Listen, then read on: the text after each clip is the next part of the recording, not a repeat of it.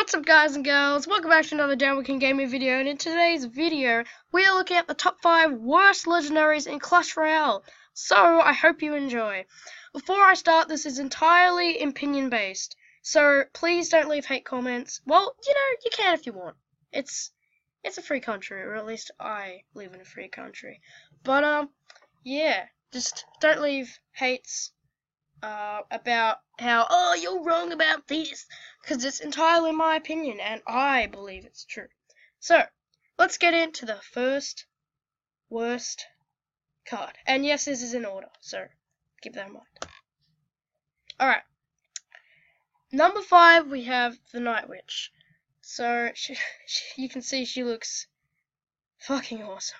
But, the Night Witch supports tanks well, so you can put it in the back of a giant or a golem, and it does really, really good.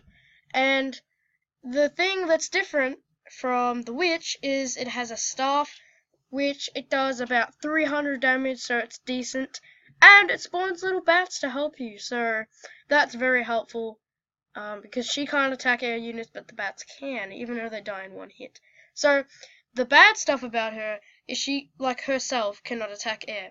She has slow attack speed, so I think it's 2 seconds, so it's pretty slow based on most cards.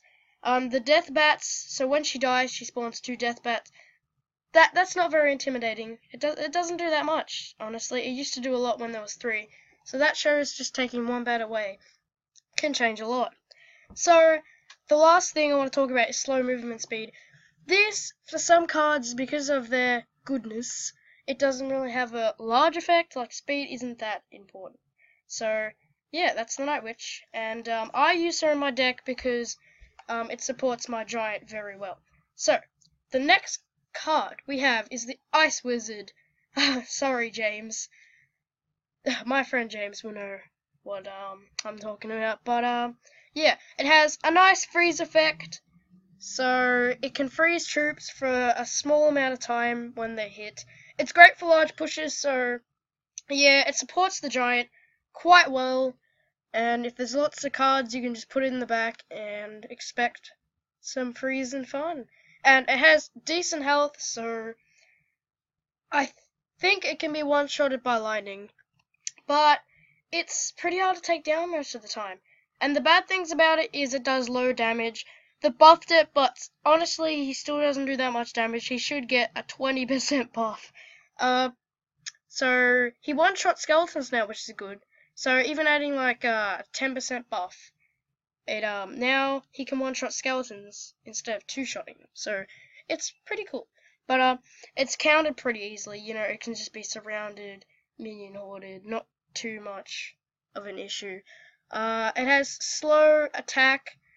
So basically they buffed the damage, but decreased the attack, which I reckon is a crappy move.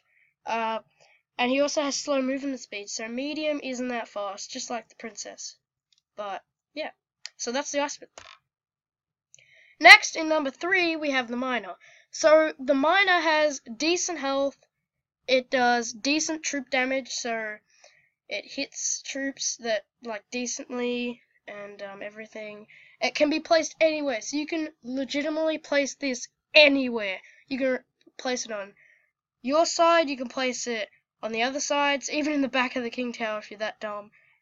Straight on the towers, but this comes at a cost. Very low tower attack, it does more damage to troops, cannot attack air troops, slow movement speed, low damage per second. So damage per second. Let me get into damage per second. So, damage per second means the damage caused in a second. So every second, roughly how much damage it does.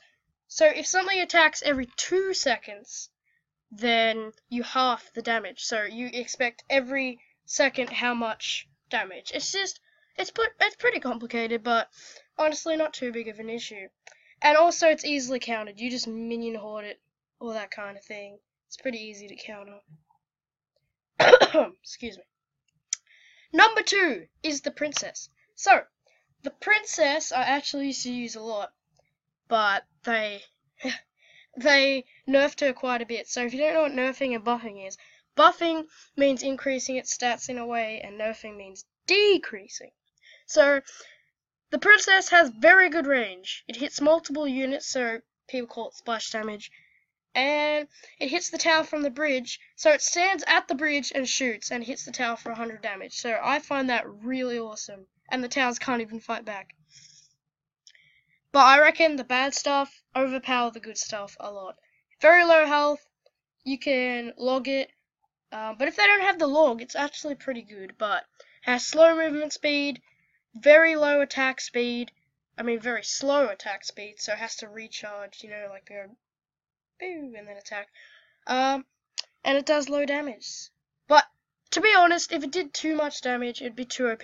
But I reckon buff the damage, just maybe to make it 200. That'd be fair. Like 200 damage, and maybe decrease its health, so maybe it gets, I don't know, 2-shotted? No. 1-shotted by zap. That's actually pretty fair. So, yeah.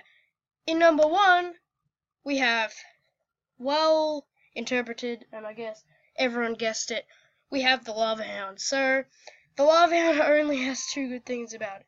So, it's its high health, and it bursts into little puppies that attack troops. So the Lava Hound itself cannot actually attack any troops. It just moves very slowly to the tower.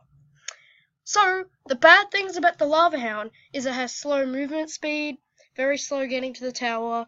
It can't attack any troops, so that's the puppy's job when it dies. Extremely low damage. It only does about 40 damage to towers, and low damage per second, which I explained earlier. But, yeah, that was my top 5 worst legendaries in the game currently. And no, the bandit is not in here, because I actually use it quite a lot, because that dash damage is very good, and it can support my giant, because it can dash across the river and kill the buildings, distracting the giant. So here's a little recap. Number 1, we have the Lava Hound. 2 is the Princess. 3, the Miner. 4, the Ice Wizard. And 5, the Night Witch.